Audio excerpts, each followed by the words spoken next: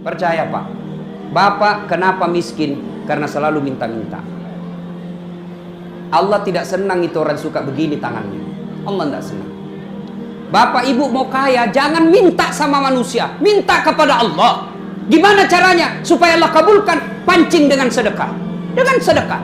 Kalau bapak minta terus sama tim sukses, minta terus sama wali kota, minta semua sama pengusaha, bapak hilang harga dirinya. Minta kepada Allah. Kalau Allah yang kasih, Allah akan berikan. Kalau Allah yang ridha, minta kepada Allah. Tolak bala dengan sedekah. Jangan cerita ke orang lain, jangan cerita di media sosial, tapi cerita kepada Allah. Dengan cara apa? Tolak bala sedekah. Bangun sholat tahajud atau sholat hajat 2 rakaat, minta kepada Allah. Ya Allah, Engkau yang maha melindungi, Engkau yang maha menjaga. Jagalah suami saya Allah. Saya tolak bala ya Allah, agar suami saya terhindar dari wanita jahat. Ini ada uang saya 1 juta. Berdoa, mudah-mudahan berkah 1 juta ini Allah lindungi suami saya dari wanita jahat. Insya Allah.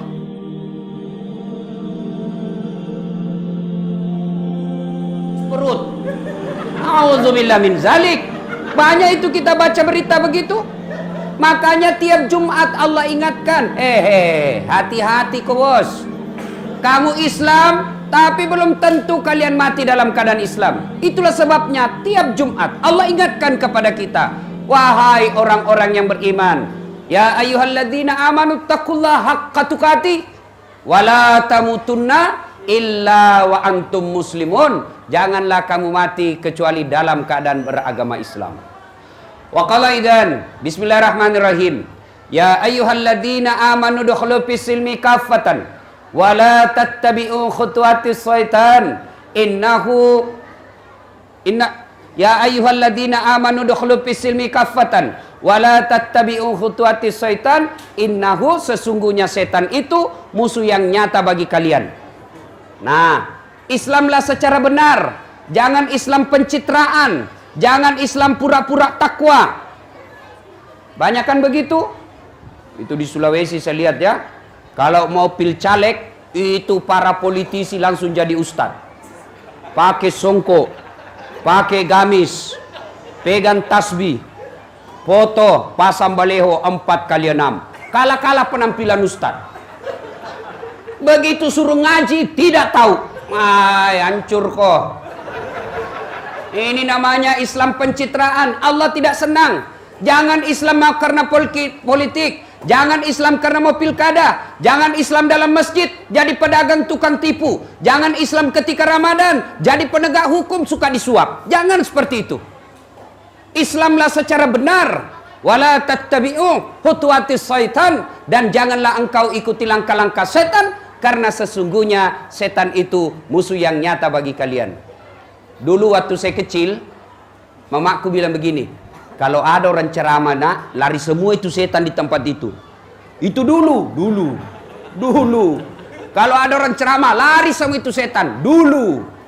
Sekarang, saat saya ceramah seperti ini, jangan pikir tidak ada setan di tengah-tengah kita. Ada setan di tengah-tengah kita. Bukan pocong, bukan uka-uka, bukan parakang, bukan juga popo. Tapi apa setan yang ada di tengah-tengah kita? Bentuknya handphone. Apa ibu? Apa? Orang sudah ceramah masih menggesek.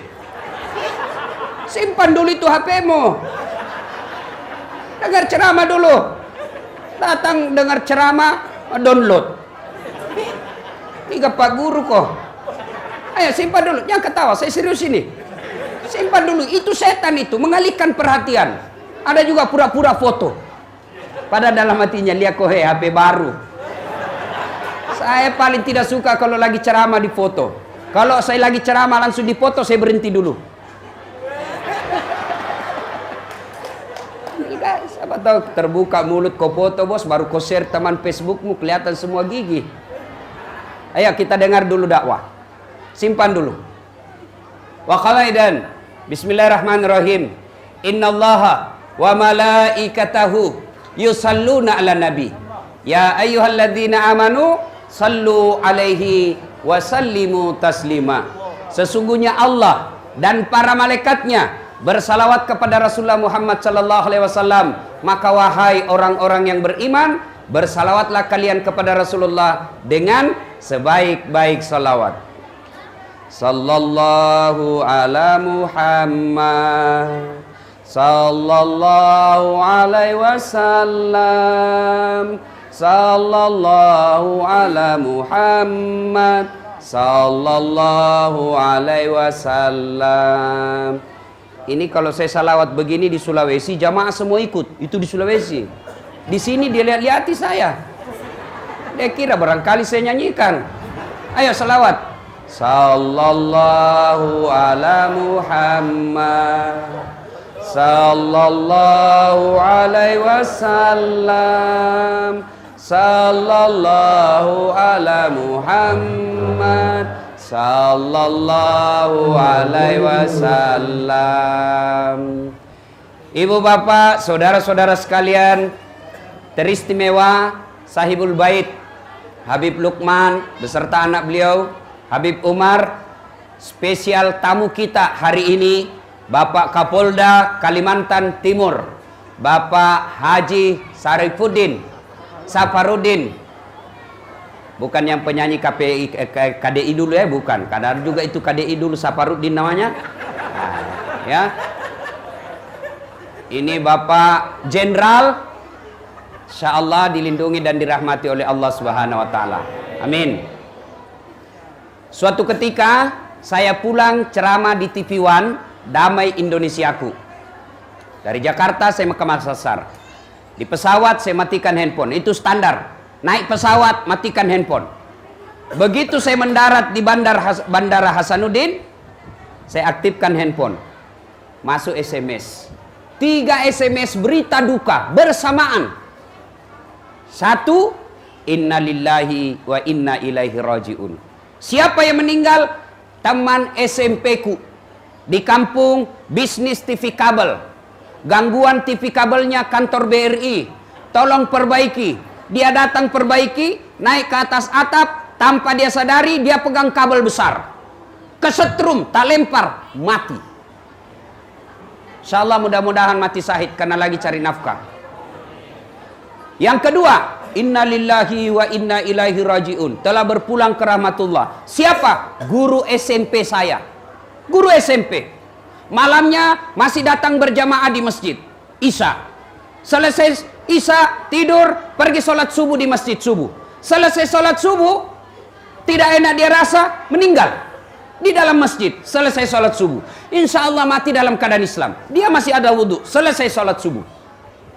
Yang ketiga, ucapan innalillahi wa inna ilaihi rajiun. Siapa? Suaminya sepupu 2 kali saya, Jalan Anoang, Makassar. Dia pensiun. Sudah pensiun, dia bilang sama istrinya, Bu, kita pergi makan dulu soto Banjar. Kalau di Sulawesi Selatan Makassar ada soto Banjar paling enak dekat kantor pos. Tapi paling enak kalau Banjar sendiri yang bukan di sini, yang bikin di sini. Paling enak pasti di sini, aslinya. Nah, dia bilanglah sama istrinya, kita pergi makan soto Banjar. Ayo Pak. Dia bilang suaminya, ibu duluan pakaian karena biasanya perempuan lama persiapan. Nah, ibunya lagi dandan, berpakaian. Suaminya keluar sambil nunggu, dia keluar. Mau ke tangga, nyebranglah dia. Antara rumah dengan jalan raya, ada jembatan. Kira-kira sekitar 1 meter. Jembatannya kecil aja. Terpeleset, jatuh, meninggal. Masya Allah. Innalillahi wa inna ilaihi rajiun. 3 kasus ini masih muda. Tidak sakit, sehat walafiat. Meninggal dunia pada saat yang bersamaan. Apa hikmah dari sini? Saya ingin menggugurkan, saya ingin menghilangkan pendapat atau keyakinan yang selalu berkata orang mati harus tua dulu, orang mati harus sakit dulu. Biasanya kita ketika cerita kematian, anak muda langsung orang tua dia lihat-lihati. Yang sudah pensiun, yang sudah putih rambutnya, yang sudah susah berdiri. Oh tidak. Berapa banyak orang tua sehat walafiat, kuat, 90 tahun umurnya, cucunya meninggal baru belasan tahun. Ada lagi orang bilang, orang meninggal itu harus sakit dulu. Tidak. Berapa banyak orang, kita keluar masuk, pergi besuk, orang sakit, ternyata pembesuknya yang meninggal. Banyak seperti itu. Yang namanya kematian tidak harus tua dulu. Yang namanya kematian tidak harus sakit dulu. Yang namanya kematian, al-mautu babun, kata Nabi. Mati adalah pintu yang setiap kita pasti melewatinya. Bahkan ulama kita mengajarkan mati itu seperti buah. Coba lihat buah, Pak. Coba lihat buah. Yang tua jatuh. Yang mengkal jatuh. Yang pucuk-pucuk pun jatuh. Yang baru keluar pun jatuh. Maknanya orang kaya mati. Orang miskin mati. Tentara mati. Polisi mati. Kapolda jangan dulu, mau jadi gubernur. Ayo. Habaib mati. Pejabat mati. Ustadz di belakang sedikit. Ya siapa yang tak siap kalau Ustadz duluan? Tapi kalau saya Bapak Ibu tidak ada persoalan. Bapak-bapak duluan, saya di belakang boleh. Atau saya di belakang, bapak-bapak duluan boleh juga. Tidak ada masalah ya. Nah, ibu bapak, saudara-saudara sekalian yang saya hormati. Bicara tentang kematian, semua kita takut mati. Kata Nabi, salah satu penyakit umatku yang besar, penyakit yang paling menggerogoti umatku adalah hubbud dunia wa karahiyatil maut. Terlalu cinta dunia, takut mati. Nah, sekarang kalau saya tanya Bapak Ibu sekalian, mau ndak panjang umur? Ibu-ibu yang di belakang, mau panjang umur? Mau? Bapak-bapak mau? Coba kita bandingkan mana lebih keras suaranya ibu-ibu dengan bapak-bapak. Ibu-ibu mau? Mau. Woi, tahu wah. Bapak-bapak mau? I love it. Coba, kalau mau, Rasulullah berpesan. Rasulullah memberi wasiat yang sekaligus ini menjadi oleh-oleh kita pulang takziah. Resep umur panjang. Nah, Rasulullah bersabda, bukan ajal panjang ya, umur panjang. Rasulullah bersabda, sittatu asyain tasidu fil umur. Ada 6 sifat, perbuatan, tingkah laku yang membuat umurmu jadi panjang. Umurmu panjang. Apa gerangan yang membuat umur kita panjang? 1. Membuat umur panjang itu ad-du'a'u, berdoa. Mari kita berdoa. Memang Allah sudah takdirkan kita meninggal pada tahun sekian, tapi pun Allah punya kuasa untuk mengubah kembali keputusan itu. Kapan? Itulah Allah kasih kita bonus suatu tempat berdoa paling mustajab. Ada yang disebut Lailatul Qadar. Apa itu Lailatul Qadar? Lailam, malam, qadar, penentuan, malam penentuan. Pada malam itu Allah tentukan segala-galanya. Apa yang ditentukan? Ajal kita. Apalagi ditentukan makan kita. Apalagi ditentukan air yang kita minum. Semua ditentukan Allah. Misal, saya lahir bulan Desember. Biasanya orang mati itu dekat-dekat dengan kelahirannya. Ya, Rasulullah itu bahkan sama lahir dan wafatnya beliau, sama tanggalnya, sama bulannya, sama harinya. Maka kalau ada orang dekat dengan ulang tahun, siap-siap kau bos. Siap-siap. Jadi kalau ada yang lahir bulan Desember, waspada Pak. Dekatkan diri kepada Allah. Saya Desember. Misal saya lahir tanggal 21 Desember. Allah takdirkan meninggal 21 Desember 2017. Tapi Ramadan kemarin saya berdoa, ya Allah panjangkan umurku. Saya ingin menyiarkan agamamu ya Allah. Saya ingin bantu Rasulullah mendakwakan ini ilmu Islam. Kalau umurku pendek, maka habislah kegiatan saya untuk dakwah. Akhirnya Allah berfirman, malaikat, hapus itu ajalnya. 21 Desember 2017. Tunda sampai waktu yang tidak ditentukan. Aman Pak. Coba, makanya minta doa kepada Allah. Ya Allah panjangkan umurku. Bapak-bapak yang sudah uzur berdoa, ya Allah panjangkan umurku supaya saya bisa berbuat banyak, supaya saya bisa beribadah dengan baik. Kalau doa kita untuk mendekatkan diri kepada Allah, masa sih Allah tidak dengar? Kecuali doa kita, ya Allah panjangkan umurku supaya saya bisa kawin lagi. Dia bilang malaikat, sudah ini sudah tua masih mau kawin lagi nih. Lobe ni milok mopi mak bene. Doa. Nah, ada yang tanya, Ustadz, saya selalu berdoa. Hampir 5 waktu saya berdoa. Kok doa saya tidak dijabah? Doa saya tidak digelar? Satu, jangan salah sangka. Bukan tidak dikabulkan doa kita, tapi bisa jadi apa yang kita minta tidak baik buat kita. Saya ulangi, apa yang kita minta belum tentu baik buat kita. Allah tahu, ini tidak baik, nggak usah kasih. Contoh ini ya, bukan karena ada Kapolda di sini. Contoh, dulu Pak Kapolda, saya tamat SMA, saya daftar akabri. Karena ada keluarga saya akabri juga. Kalau pulang kampung itu akabri kan banyak lamban-lambannya. Jalan itu ndak mau bengkok dadanya. Saya mau saingi dia. Pergilah saya daftar Jalan Garuda depan kantor Pertamina Makassar. Saya pergi daftar. Begitu tes fisik tidak lulus. Kenapa? Ceper. Tidak cukup tinggiku. Saya protes kepada Allah waktu itu. Ya Allah, kenapa kau lahirkan saya dalam keadaan pendek? Semua saya bersaudara, saya yang paling pendek. Nah, kau tidak rugi kalau kau tambah 1 senti tinggiku. Teman saya lulus, Pak. Lulus. Polisi. Sekarang dia tugas di Polda Sulselbar. Satu bunga-bunga di sini. Serse. Reserse itu kalau saya tidak salah pakai topi merah. Baret merah kan? Saya lulus jadi ustadz. Alhamdulillah sekarang pakai baret putih. Nah, alhamdulillah jadi ustadz. Karena jadi ustadz, mulai baret hitam sampai baret merah ku caramai ko semua. Apa? Allah kasih yang terbaik. Jangan pernah sangka buruk. Kapolda, ya Allah, mudah-mudahan saya bisa jadi gubernur. Ternyata tidak terpilih. Jangan sangka buruk. Itulah yang terbaik buat Allah.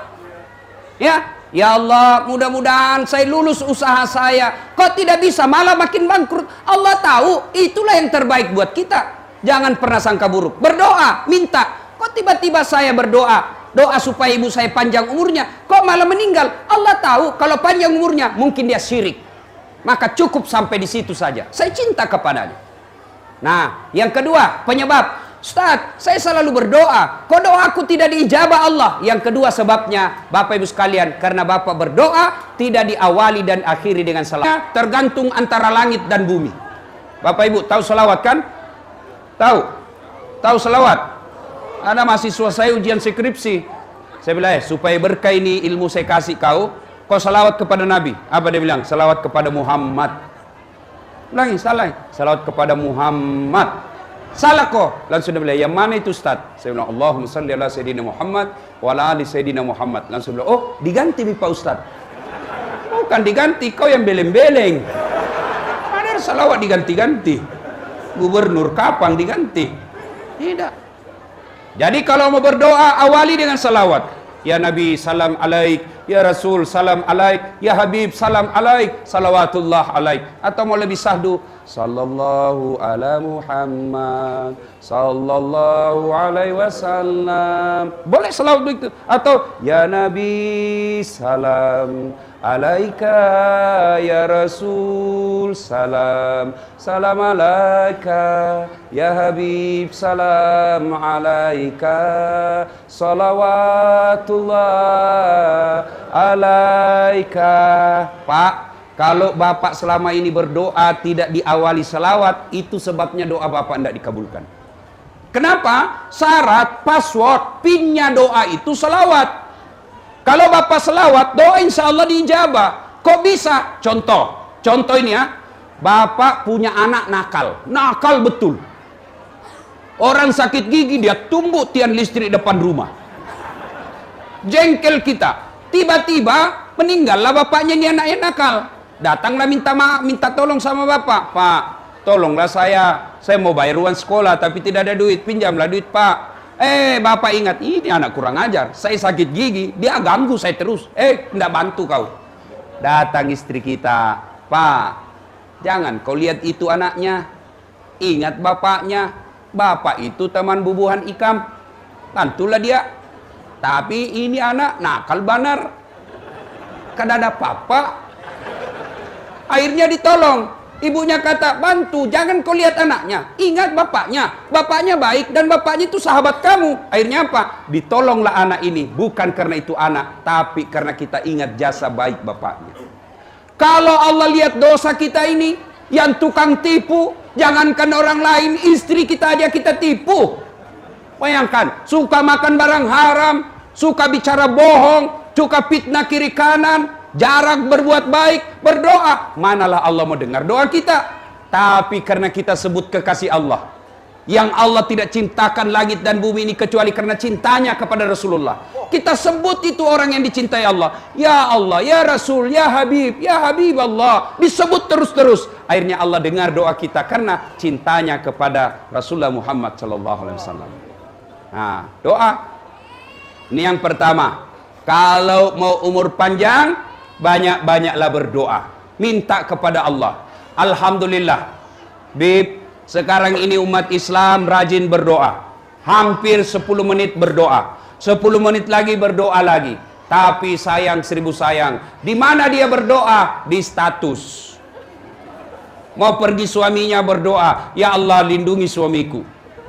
10 menit kemudian berdoa lagi, ya Allah murahkan rezeki suamiku. Begitu 10 menit lagi kemudian, ya Allah engkaulah yang maha memelihara, pelihara suamiku. Di mana dia berdoa? Di status, di Facebook. Siapa ajar kita berdoa di status? Sibuknya itu Tuhan mau baca status tak? Coba. Berdoa tidak harus di Facebook. Berdoa bukan di media sosial. Berdoa itu ambil wudhu, ambil sajadah, ngadu kepada Allah. Bukan di Facebook. Ini sedikit-sedikit berdoa. Tapi di mana? Media sosial. Tidak ada yang ngajar kita berdoa di media sosial. Mau berdoa, ambil wudhu, ambil sajadah, ngadu kepada Allah Subhanahu wa taala.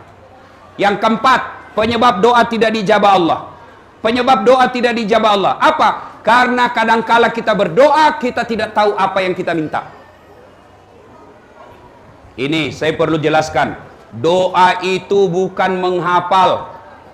Halo Pak, doa itu bukan menghafal. Kadangkala kita ini ngambil kitab, baca, tapi kita hafal. Kita tidak tahu apa yang kita minta. Berdoa tidak harus bahasa Arab.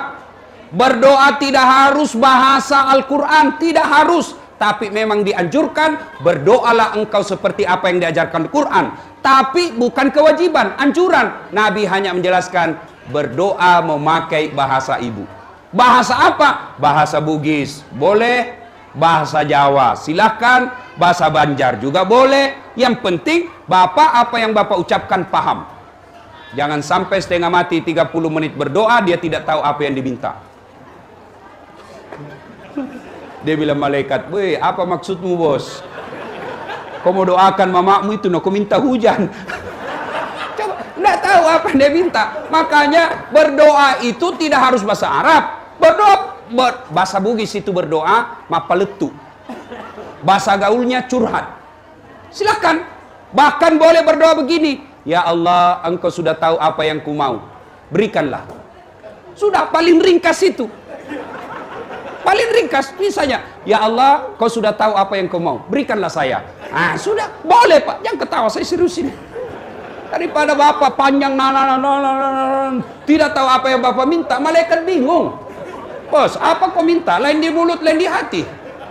Kalau berkaitan dengan orang meninggal, apa yang kita minta? Satu, ya Allah, ampuni dosa almarhumah. Misalnya almarhumah ini. Satu, ampuni dosa. Dua, terima amalnya. Kenapa? Ada amal yang tidak diterima. Mana amal yang tidak diterima? Bersedekah bukan atas nama Allah. Bersedekah karena kepentingan tertentu, maka Allah tolak. Ketika di akhirat kelak dia tanya, dia cari, ya Allah, mana pahalaku nyumbang jilbab? Ya Allah, mana pahalaku nyumbang tegel? Ya Allah, mana pahalaku nyumbang sarung? Kata Allah, yang bener aja bos. Kau dulu nyumbang itu kan mau dicoblos. Dan kau sudah dicoblos. Kau sudah dapat pahalanya. Kau tidak dapat apa-apa di sini karena kau menyumbang bukan mencari ridaku. Tania pamaseku usapa. Nah, Ibu bapak saudara-saudara sekalian yang saya hormati, inilah resep pertama, mau punya umur yang panjang, banyak-banyak berdoa. Yang kedua, kalau mau lagi berdoa, saya ulang. Yang 4 tadi, saya lupa ya. 1, kalau untuk orang meninggal, 1, ampuni dosanya. 2, terima amalnya. 3, lipat gandakan. Yang tadinya misalnya amal dia bawa cuma 10, Kita berdoa, ya Allah mudah-mudahan 10 itu menjadi 100. Mudah-mudahan 10 itu menjadi hingga tak terhingga nilainya.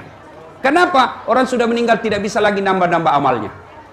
Dan yang keempat, lapangkan alam kuburnya. Inilah doa buat orang tua kita yang sudah meninggal. Sekarang Bapak Ibu Saudara sekalian, yang pertama mau umur panjang, berdoa. Yang kedua mau umur panjang adalah birrul walidain. Berbuat baiklah kepada kedua orang tuamu. Apa hubungannya Ustaz? Bukankah Allah berfirman menjelaskan ridallah fi ridal walidain, suktillah fi suktil walidain. Ridanya Allah tergantung ridanya kedua orang tua, murkanya Allah tergantung murkanya kedua orang tua. Maknanya kalau kita rajin mendoakan orang tua kita karena wujud kecintaan kepada orang tua itu, maka Allah menjadi ridha kepada kita. Dan ketika Allah ridha kepada kita, maka diberikanlah umur yang panjang. Nah sekarang mari kita lihat kecintaan kepada orang tua sekarang. Lihat anak-anak kita sekarang Pak. Saya pernah diundang ceramah di Batu Licin, Tanah Bumbu. Selesai saya ceramah, datanglah bapak-bapak, nangis di depan saya, dia pegang paha saya. Ustadz, doakan saya. Saya bilang, kenapa? Doakan saya Ustadz. Saya 4 tahun merantau dari Sulawesi. 4 tahun saya sukses, 2 bulan terakhir saya bangkrut. Andai saja saya bangkrut tidak masalah. Saya bangkrut meninggalkan banyak utang. Saya dikejar penduduk di sini mau dipotong karena utang saya banyak. Mobil saya semua disita. Saya bilang baiklah, tidak usah cerita semua penderitaannya. Saya mau tanya dan tolong jawab dengan jujur. Jujur jawab. Bagaimana perlakuan bapak kepada orang tua selama ini? Apa dia bilang jawabannya? Selama 4 tahun saya merantau Ustaz, memang saya tidak pernah pulang kampung. Saya bilang dalam hati, oh ini sebabnya bos. Sebabnya. Bapak mau naik pangkat, ini ada anggota polisi. Bapak mau naik pangkat, tidak usah cari muka sama Kapolda. Bapak sudah punya muka yang baik. Kadangkala kita cari muka, kita cari barakah, pergi ziarah kubur, karena ini. Berkah hidup kita seorang manusia ada sama ibu bapak. Saya heran lihat pegawai-pegawai sekarang. Sama wali kota dia cium tangannya. Ini, siap. Sama mamanya, ndak hormat. Siapa ajar? Mau berkah hidup, muliakan orang tua. Coba lihat anak-anak yang servis orang tuanya dengan baik, yang memuliakan orang tuanya dengan baik, insya Allah hidupnya tidak akan sengsara. Coba lihat. Bukti di tempat ini. Habib Umar memuliakan orang tua dengan mengundang orang, mendatangkan penceramah, mengajak orang-orang untuk berdoa. Itu salah satu bentuk memuliakan orang tua. Insya Allah, Allah akan ganti itu dengan lebih baik lagi. Bapak, adik-adik, ada pengangguran, setengah mati cari kerja, tidak dapat kerja. Ayo, evaluasi servis orang tua. Ada yang bilang anak-anak, bagaimana orang tua saya selingkuh Ustaz? Orang tua saya penjudi. Orang tua saya tukang judi. Urusan dia dengan Allah. Urusan kita, kewajiban kita, muliakan ibu bapak kita. Contoh belajar dari sejarah hidupnya Ibrahim. Ibrahim alaihissalam penyembah berhala bapaknya. Tapi ketika Ibrahim alaihissalam mau ribut sama bapaknya, Allah tegur. Ibrahim, sadar kok, bapakmu itu. Tapi dia nyembah berhala. Allah berfirman, bagaimanapun itu orang tuamu. Lalu bagaimana? Kau yang mengalah, kau yang keluar dari desamu. Coba, anak-anak sekarang, na'udzubillah min zalik. Tidak ada lagi sopan santun sama orang tua. Zaman saya kecil Pak, itu kita mau pergi sekolah, tidak keluar kita sebelum cium tangan orang tua. Pak, Bu, lo kayolo, Indo, lo masih sekolah, lo doang nggak usah lama, urun tuh ego sapa, cium tangannya. Baru kita pergi. Sekarang anak-anak, bapak-bapak masih ingat? Dicium tangannya sama anaknya? Iya.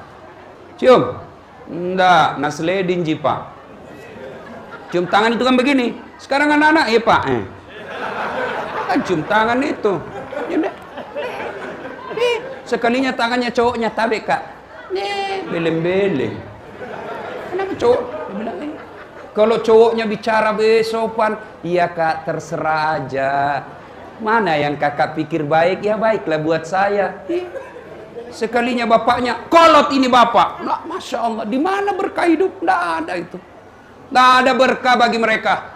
Saya kadang-kala ditanya orang, Ustadz, saya juga nggak masuk akal. Kok bisa dokter 2? Dokter saya alhamdulillah 2. 1 luar negeri, 1 dalam negeri. Dan waktunya bersamaan. Kalau waktu tidak bersamaan biasa. Tapi ini waktu bersamaan dengan negara yang berbeda. Kok bisa? Saya bilang saya juga tidak tahu. Tapi saya pegang rahasia Allah. Kalau kita muliakan orang tua, Allah pasti mudahkan segala urusan. Dan buktinya apa? Waktu saya ujian Pak, ujian untuk doktor, waktu di luar negeri, itu orang umumnya ujiannya 2 jam. Umumnya 2 jam. Saya telepon mama saya di kampung, dalam bahasa Bugis, karena mama saya tidak lancar bahasa Indonesia. Ma, melok ke ujian. Telo doang enggak? Mappa mula tati asera letuk tati 10 siddi misampajat duhaki ajak tak selesai jadata selesai pak utel poki. Mak, saya mau ujian jam 9 sampai jam 11. Mama sholat duha, jangan tinggalkan sejadah sebelum saya selesai. Doa saja mak. Kalau habis doa, baca Fatihah sebanyak-banyaknya. Salawat kepada Nabi. Apa yang terjadi? Orang umumnya 2 jam ujian pak, saya 40 menit selesai. Semua orang heran. Masya Allah, kok bisa? Inilah kuasa doa orang tua. Teman-teman sekalian yang mau naik pangkat dengan baik, doa sama orang tua. Doa. Kapolda ada mutasinya. Betul. Pak Kapolda mau jadi gubernur, tidak usah cari muka kiri kanan. Kerja baik, layani masyarakat, minta ridha orang tua, Allah muluskan perjalanan. Siaplah. Adik-adik sekalian mau hidup bahagia, muliakan orang tua. Ibu-ibu sekalian mau bahagia dunia akhirat, muliakan orang tua, termasuk mertua. Sekarang kita kadang kala sopan sama orang tua, tapi mertua kita kurang ajar. Ibu, halo ibu, halo. Ini biasa juga ibu-ibu sayang betul sama suami, tapi tidak sayang sama orang tua suami. Tidak boleh itu. Mentang-mentang mertuanya hipertensi, datang mertuanya dari Sulawesi, langsung dia bilang, datang lagi bapakmu. Biasa, bawa beras 50 kilo, bulan nanti 2 juta. Pak, kalau ada istri pian seperti ini, tidak tahu menghormati suami, istri-istri seperti ini Pak, tidak usah dicerai, kasihan dia janda. Jadi dia apa Ustadz? Tambah jadi 2. Biar dia tahu rasa. Iya. Mestinya istri yang baik, datang mertuanya, dia sujud syukur, berdoa kepada Allah. Ya Allah, alhamdulillah kau kirim orang tua ini. Gara-gara inilah orang tua sehingga saya punya suami. Andai saja orang tua ini tidak punya anak, maka mungkin sampai sekarang saya jadi gasturi, gadis tua Republik Indonesia. Alhamdulillah. Maka baik-baiklah servis orang tua. Ibu bapak saudara-saudara sekalian, kemuliaan kita anak, mau umur panjang, maka birrul walidain, berbuat baiklah kepada kedua orang tua. Adik-adik sekalian yang masih sekolah, adik-adik sekalian yang masih kuliah, gimana cara berbuat baik kepada orang tua? Selesai semester, bawa buku laporan, perlihatkan hasil ujian kita. Mak, ini hasil ujian saya, IPK saya 2,7. Ini standar mak. Doakan saya, insya Allah semester depan 3,0. Kalau ibu kita sudah bilang amin, maka itulah doa. Doa dari anak, dari orang tua, tidak mesti dia tahajud orang tua kita. Ketika kita telepon, mak, saya mau naik pangkat, mak, saya mau ujian, mak, saya mau ikuti sesuatu perlombaan. Doakan saya supaya saya berhasil apa yang saya mau. Begitu ibu kita bilang amin, itulah doa. Maka biasakan hubungi orang tua. Setiap mau melakukan sesuatu, minta ridha orang tua. Ridhanya Allah tergantung ridhanya kedua orang tua. Kalau orang tua kita sudah bilang, silakan nak, insya Allah berkah dan doaku ada menyertaimu. Insya Allah berkah itu. Tapi kalau ibu kita bilang, tidak mau, tidak halal semua air susu yang kau minum, wah sudah, hilang sudah berkah kita itu. Sekarang Bapak Ibu Saudara-saudara sekalian, mari kita lihat anak-anak kita. Mari kita lihat anak-anak. Anak-anak kita sekarang Pak, cerdas-cerdas, cakep-cakep. Saya biasa heran lihat, bapaknya ndak cakep, mamanya juga ndak cantik. Kok bapaknya cakep? Ah, ini pengaruh gizi kali. Anak-anak sekarang Pak, cantik-cantik, cakep-cakep, cerdas. Coba lihat itu anak-anak. Saya kalau nge-SMS, sudah pakai 2 jari, pegang handphone dengan baik, masih kadang-kala salah ketik. Itu, masih salah ketik. Anak-anak sekarang sambil bawa motor nge-SMS. Lancar Pak, cerdas anak-anak kita sekarang, luar biasa. Saya biasa bingung, bagaimana cara lancar betul? Dia ndak lihat itu papan SMS, ya lancar. Masya Allah, satu kurangnya anak-anak kita sekarang. Apa? Kurang ngajar.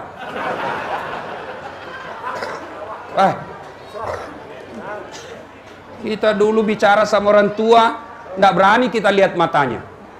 Takut betul kita sama orang tua. Sekarang anak-anak dipelototi matanya, apa dia bilang? Kenapa matanya, Pak? Nah, sekarang kenapa?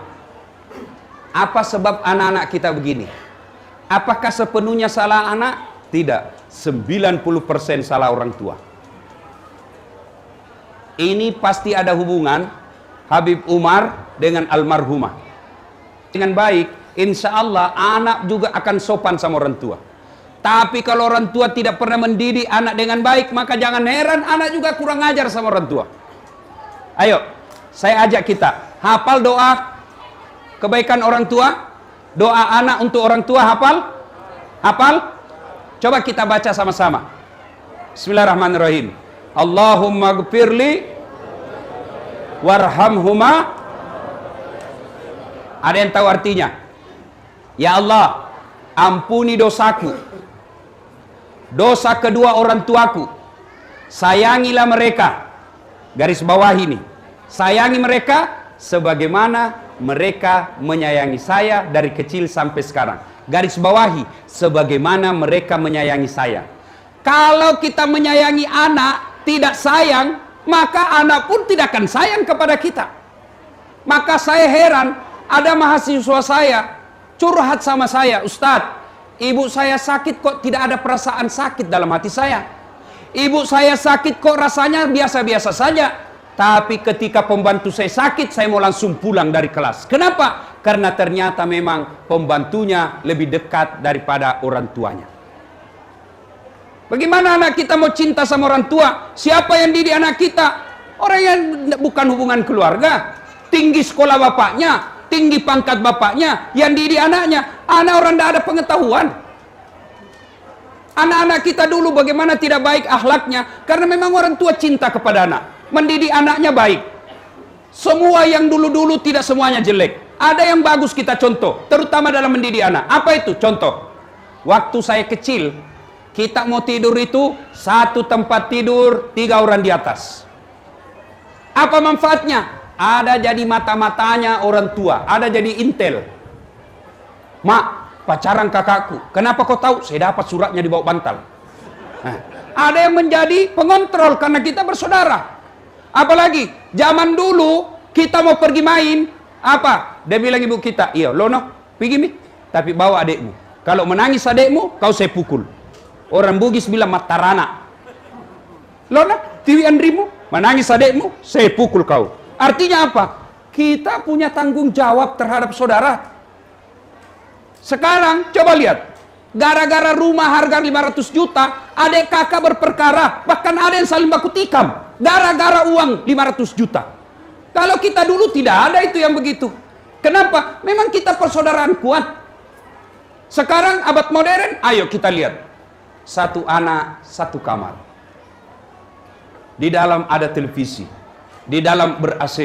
Di dalam lengkap permainan elektronik. Satu anak semua begitu. Akhirnya apa? Pulang sekolah, anak masuk langsung kamar. Dalam kamar, kapan dia keluar? Nanti dia mau makan. Masuk lagi kamar. Tidak pernah keluar dan tidak pernah ketemu. Malam minggu, katanya acara keluarga. Untuk apa? Ayo kita makan sama-sama di warung, restoran. Acara keluarga. Katanya supaya ketemu dan akrab. Sampai di rumah makan, tidak ada yang bicara. Semua sibuk dengan HP-nya. Ini Pak, kalau dibiarkan seperti ini, maka jangan heran anak kita besar kurang ajar. Bapak-bapak, para habaib, ibu-ibu, coba. Bapak ibu mau tahu nasibnya di kubur nanti? Mau tahu nasibnya di kubur? Mau tahu? Maka lihat anak kita sekarang. Lihat anak kita sekarang. Kalau anak kita sudah gadis tidak pakai jilbab, bisa dibayangkan bagaimana sengsaranya bapak nanti di kubur. Kalau sampai sekarang anak kita tidak tahu ngaji, asam tidak tahu ke masjid, bisa dibayangkan bagaimana seksanya kita di kubur nanti. Tapi kalau sekarang anak kita masih SD sudah tutup jilbab, sudah tutup aurat. Anak kita malam Jumat semua kumpul di rumah baca Yasin sama-sama. Anak kita Ramadan berjamaah di masjid, Harapan itu Pak, bapak sudah kaya insya Allah dikubur. Demi Allah, ibu bapak wafat, anak pengangguran, Allah tidak persoalkan. Ibu bapak meninggal, anak tidak punya kerja, Allah tidak marah. Tapi ketika anak bapak tidak pakai jilbab, anak bapak tidak tahu sholat, anak bapak tidak tahu rasa malu jadi anggota DPR tapi koruptor, maka bapaknya dicari. Mana bapaknya ini? Mana orang tuanya? Kok bisa anaknya seperti ini? Hati-hati Pak. Bapak tidak usah cemas soal masa depan anak dalam perut. Masalah soal perut, bapak tidak usah khawatir soal jabatan anak kita. Allah sudah tentukan. Yang perlu bapak ibu khawatirkan adalah anak kita wafat tidak tahu sholat. Auzubillah min zalik.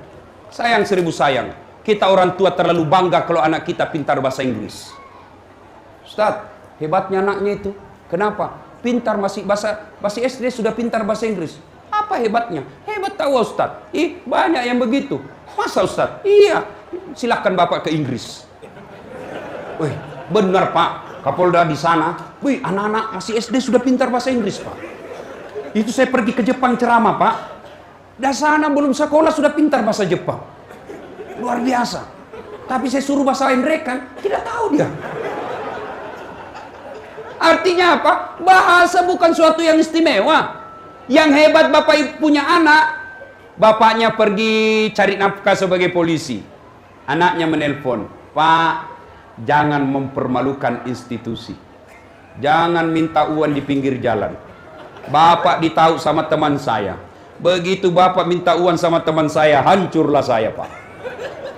Rezeki tidak kemana-mana. Tegakkan harga diri bapak sebagai anggota polisi Republik Indonesia. Itu anak yang baik. Dia telepon lagi istrinya. Bu, dia telepon mamanya, Mama di mana? Saya mau ke pasar, Nak. Mama pakai jilbab apa tidak? Pakai jilbab. Mama longgar atau tidak? Longgar, alhamdulillah. Itu kalau punya anak seperti itu bapak sudah kaya. Bapak pernah ditelepon begitu anaknya? Pernah? Pernah? Paling SMS habis pulsa. Bapak saudara-saudara sekalian, didik anak sebaik-baiknya. Nah, ada yang nanya, Ustadz, bagaimana cara mendidik anak? Bapak tidak salah membaca psikologi pendidikan mendidik anak. Tidak salah.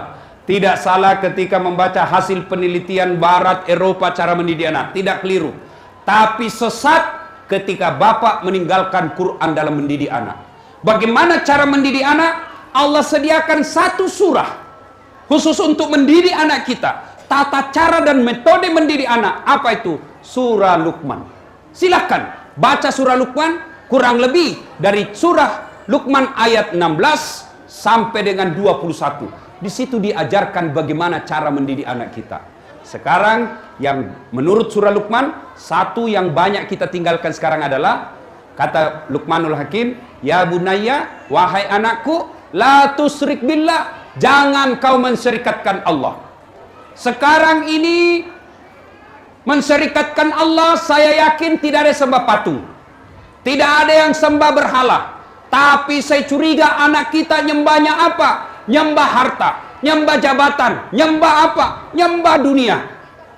Nah, kalau kita di sini kira-kira untung sudah lewat musim batu, cincin. Wah, dulu itu musim batu Pak, banyak yang syirik. Sampai-sampai tukang sayur saya di Makassar, dia bilang, Ustadz, selama saya pakai ini batu saya, setiap pagi saya dipanggil ibu-ibu di kompleks ini. Saya bilang, pastilah karena sampean penjual sayur. Pasti dipanggil, Mas. Bapak saudara-saudara sekalian. Nah, ini yang kedua. Ingin umur panjang adalah birrul walidain. Berbuat baiklah kepada kedua orang tua sesuai firman Allah. Bismillahirrahmanirrahim. Imma yablughanna indakal kibra ahduhuma aw kilahuma fala takul lahuma uff wala tanharhuma wa qul lahuma qaulan karima. Sadaqallahul azim. Yang ketiga, resep umur panjang. Kita ulang dulu supaya kita tidak lupa. Satu, berdoa. Dua, berbuat baik sama orang tua. Dan yang ketiga, as-sadaqatu, bersedekah. Sedekahlah. Nah, ibu bapak saudara-saudara sekalian, apa hubungannya sedekah dengan umur panjang? Begini ceritanya bos. Kalau waktu hidup kita banyak membantu orang, maka jangankan kita hidup, mati pun orang masih mengingat kita. Itulah yang disebut umur panjang. Contoh, waktu sehat, masih hidup, sering sedekah. Begitu meninggal, kita lewat di pemakaman, kita lihat pemakamannya yang tadi rajin sedekah. Ini ibu rajin betul dulu bantu kita. Ayo kita doakan. Ini bapak rajin dulu kirim jalan kote di masjid kalau Ramadan. Banyak orang yang gunakan untuk buka puasa. Mari kita doakan. Didoakan, dibacakan Fatihah minimal. Padahal sudah 3 tahun meninggal, orang masih mengingatnya. Kenapa? Waktu hidup rajin sedekah. Tapi kalau bakil, orang di kampung saya bilang sekke, kikirigalla paku jambatan. Tidak bisa. Jangankan mati pak, masih hidup orang doakan kita sial. Lewat mobil tak, apa dia bilang tetangga, mudah-mudahan tabrakan mobilnya. Pelit banar nah. Saya kira dia mau kasih naik saya di mobilnya, ternyata cuma di klakson. Pak, ini ada yang mau jadi gubernur, ada mau jadi wali kota, ada mau jadi anggota DPR. Resep jangan pelit. Kalau bapak pelit tidak ada orang yang suka. Bahkan orang pelit sekalipun tidak suka sama orang pelit. Percaya itu pak. Dia bilang Jakob di rumahnya seke, padahal dia juga seke. Orang suka itu orang pelit pak. Panjang sedekah. Dan insya Allah tidak ada orang bangkrut gara-gara sedekah. Demi Allah. Tolong tunjukkan saya di Samarinda ini ada orang bangkrut gara-gara sedekah. Yang banyak orang bangkrut gara-gara apa? Narkoba. Yang banyak orang bangkrut gara-gara apa? Judi. Yang banyak bangkrut gara-gara apa? Selingkuh. Bangkrut.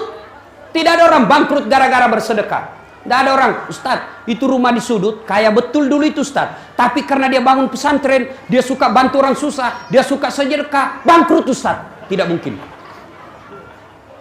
Coba. Contoh. Quran menjelaskan, kau belanjakan hartamu di jalan agama Allah, ibarat menanam 1 biji, lalu tumbuh 7 bulir. 7 bulir itu 7 batang. Dan setiap batangnya mengandung 100 buah. Artinya, 1 kebaikan Allah balas 700 kebaikan. Itu janji Allah, bukan janji caleg. Kalau caleg pak, waktu kampanye Anda boleh kita dijanji surga, dijanji kita juga surga pak. Pilih saya, pilih Cepuk. Satu kampung kita, sama-sama Bugis. Pilih saya, ini kartu namaku. Kalau saya menang 24 jam, telepon saya bantu. Begitu terpilih, dia ganti nomornya. Hancur juga pak. Kita juga bego pak. Sudah tahu tukang tipu, kita mau pilih. Hanya gara-gara sarung. Bapak-bapak, saudara-saudara sekalian yang saya hormati. Nah, satu contoh. Ini contoh, saya ngalami. Baru-baru. Saya pergi ngambil cucian saya di laundry. Tiba-tiba saya dapat rezeki. Saya kasihlah tukang jaga laundry. 100 ribu, 4 orang. Cak, 4 orang. Berarti berapa keluar uang? Berapa dek? Berapa? Saya kasih juga tukang parkir 50. Nah ini. Gembira betul. Berapa uang saya keluar? Berapa? 450. Pergilah saya. Selesai itu, tiba-tiba menelpon ajudannya Edi Baramuli, tokoh masyarakat Sulawesi Selatan. Tapi Ustadz, ada salam dari Puang Edi. Puang Edi siapa? Edi Baramuli. Oh ya, bagaimana kabar beliau? Sehat walafiat. Ustadz, di mana saya boleh temui? Saya ada di kantor sekarang. Sudahlah, dia ke kantor. Tiba-tiba datang bawa amplop. Tapi Ustadz, ada salam dari Puang Edi. Ada apa ini? Siapa tahu ini gratifikasi. Mana ada Ustadz gratifikasi? Jangan, saya tidak ceramah jangan. Pada dalam hatiku, cepat sudah. Sumpah. Sudah, pulang, saya buka amplop. Amplop saya buka. Berapa tadi uang saya keluar? Pagi-pagi, berapa? 450. Sekitar jam 4 sore, Allah langsung ganti. Saya buka amplop. Berapa isinya? 15 juta. Padahal tidak ada upaya yang saya lakukan, hanya bersedekah. Ada lagi contoh. Contoh lagi nih. Saya pergi kampus. Selesai dari kampus, saya pulang ngajar, di atas mobil, saya lihat tukang cat. Yang keliling-keliling naik sepeda, tukang cat. Saya bilang, kasihan orang tua masih cari nafkah. Saya bilang sama sopir, singgah, kasih. Tapi saya bilang, enggak usah. Setan itu mulai membisik. Apa bisikan setan? Nggak usah. Nanti orang bilang sok kaya itu Ustaz, sok penyantun. Sudah lewat. Begitu lewat saya bilang kurang ngajar ini iblis. Kau kira kau kalah saya? Balik kau. Saya bilang sopir balik. Padahal sudah lewat. Balik. Ini setan ini. Kau kira kau kalah saya? Balik. Oh setan kepanasan. Balik. Saya kasih. Berapa saya kasih uang Pak? 100.000. Dia doalah, mudah-mudahan anak haji sehat walafiat, murah rezeki, sukses segala urusan. Coba, dia doakan saya. 100.000 saya kasih, banyaknya doanya. Kalau akal sehat, orang lagi berpikir, kenapa saya kau doakan? Doakan dirimu supaya kau berhenti jadi orang miskin. Itu kalau akal sehat. Tapi kan ini bukan akal hajat, akal ini adalah agama. Sudah, lewatlah itu. Pulang. Sudah. Malam hari, saya janjian istri saya mau makan, rumah makan. Saya tidak terima cara malam-malam. Saya mau bawa istri saya makan. Tiba-tiba menelpon yang punya Wong Solo, Sulawesi. Ustaz, ada ini Ustaz Samsi Ali datang dari New York. Nah, kita diminta untuk kumpul-kumpul dengar-dengar beliau. Sudah, saya telepon istri, minta maaf sayang, tidak sempat. Kita tunda makan malamnya lain kali. Pergilah saya. Sampai bukan saya ceramah, bukan saya baca doa.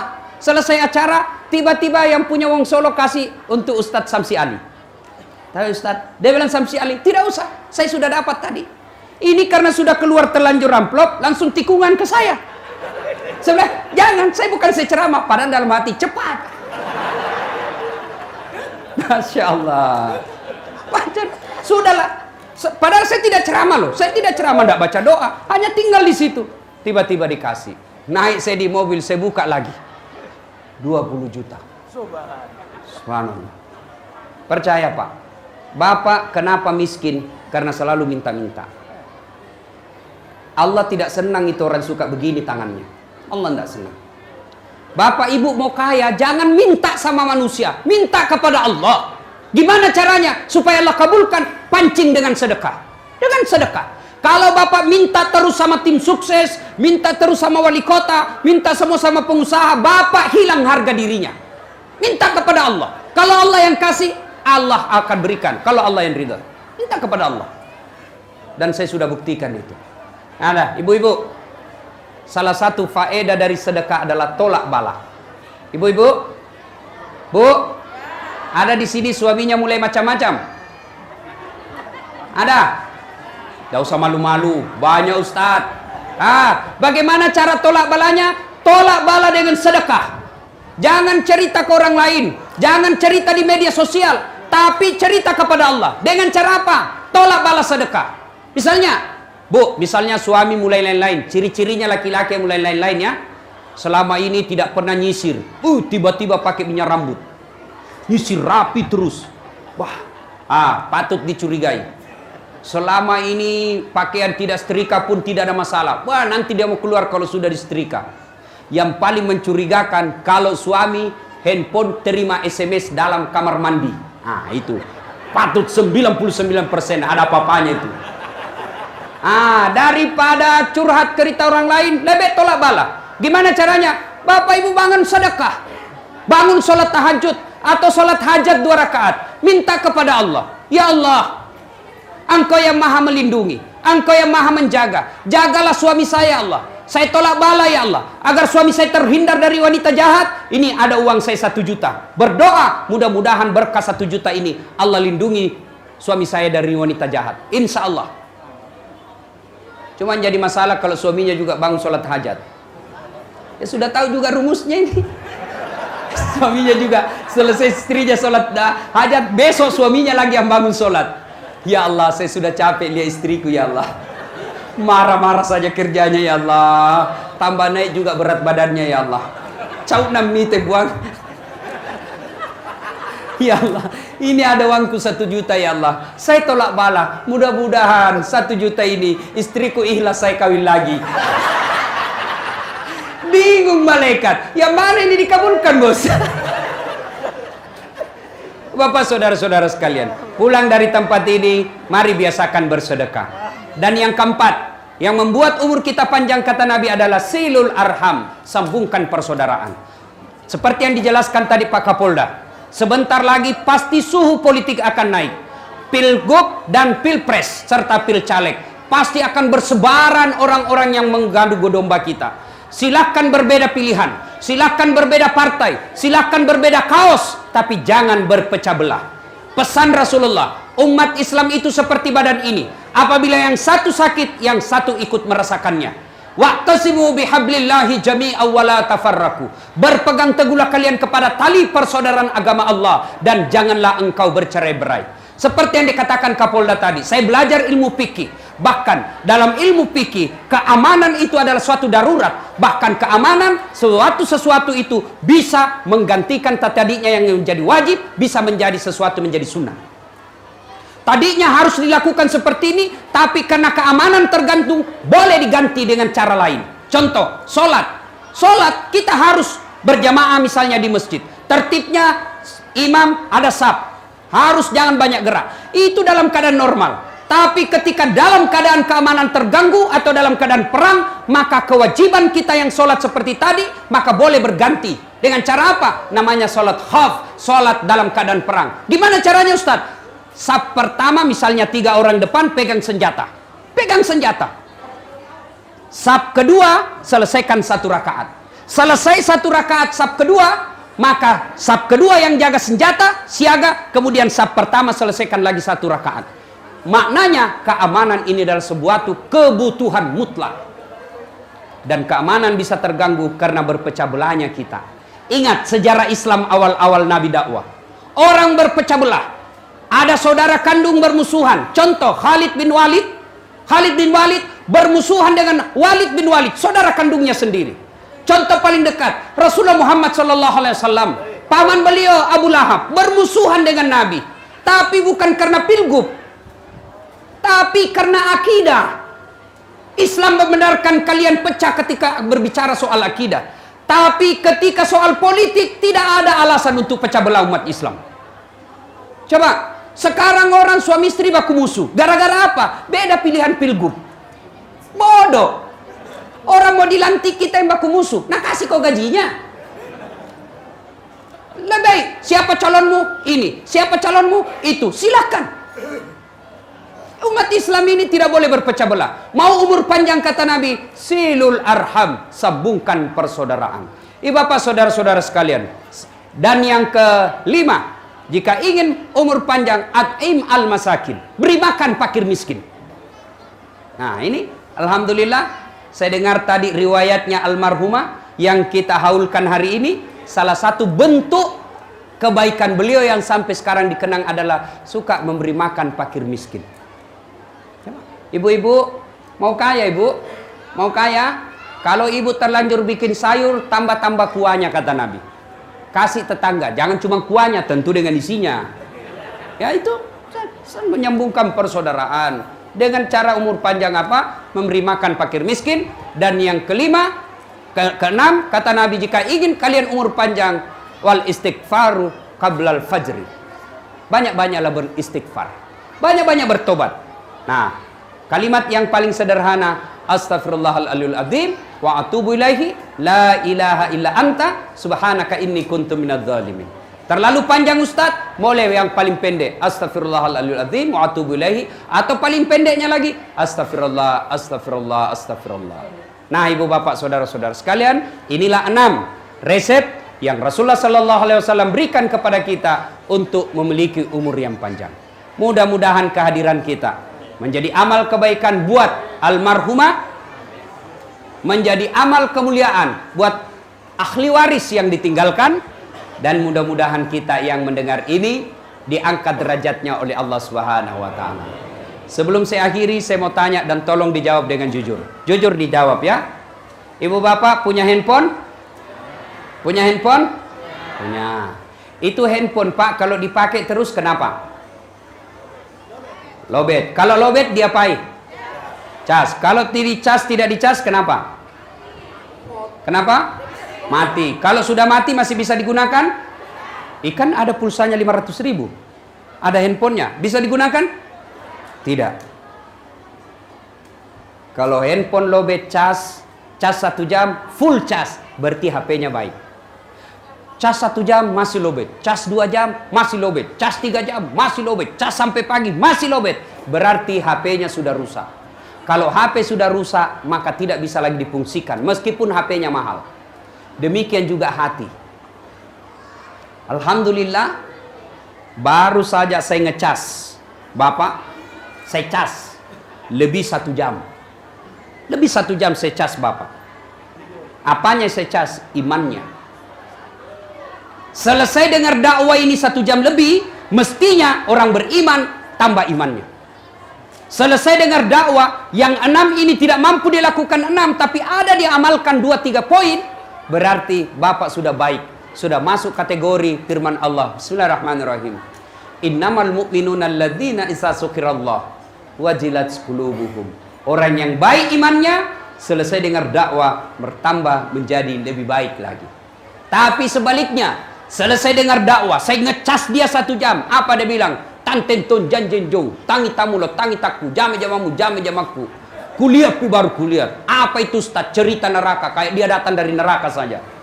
Jangan lagi panggil itu Bib Umar, tidak usah lagi panggil Ustaz Dasar. Kenapa? 6 dia bahas saya terus dia kena. Kalau dia begini pikirannya, inilah yang Allah sindir dalam Al-Quran. Bismillahirrahmanirrahim. Fadzawa'un alaihim a'anzartahum am lam tunzirhum. Kau sampaikan ayat Allah atau tidak? You sampaikan hadis-hadis, kau nasihati atau tidak? Sama saja. La yu'minun. Mereka tidak akan beriman. Na'udzubillah min zalik. Bahkan ayat berikutnya, hal adullukum, bahkan mereka menjelaskan Allah dalam jelaskan, bahkan mereka lebih hina dari binatang. Lebih hina dari binatang. Tahu binatang, Pak? Ibu-ibu, tahu binatang? Tahu? Ibu saya di kampung sampai detik ini masih jual beli kambing. Kambing. Itu kambing. Itu kalau ada kambing beliau nakal, suka dia seruduk temannya, dia panggil penjaganya, tikengit. Tangkap itu, bawa ke pasar, jual, suka dia ganggu temannya. Balui. Sampai di pasar ditelepon, "Aji, dek gagak tong beli." Tidak ada yang beli, palisui. Kasih kembali, potong, kita makan sama-sama. Kambing nakal, jual. Tidak ada yang beli, potong. Dagingnya sate kambing, perutnya konro dan coto. Amin. Terima kasih, lebih dan kurangnya mohon dimaafkan. Nun wal kalam ya maisrun billahi fi sabilil haq. Assalamualaikum warahmatullahi wabarakatuh.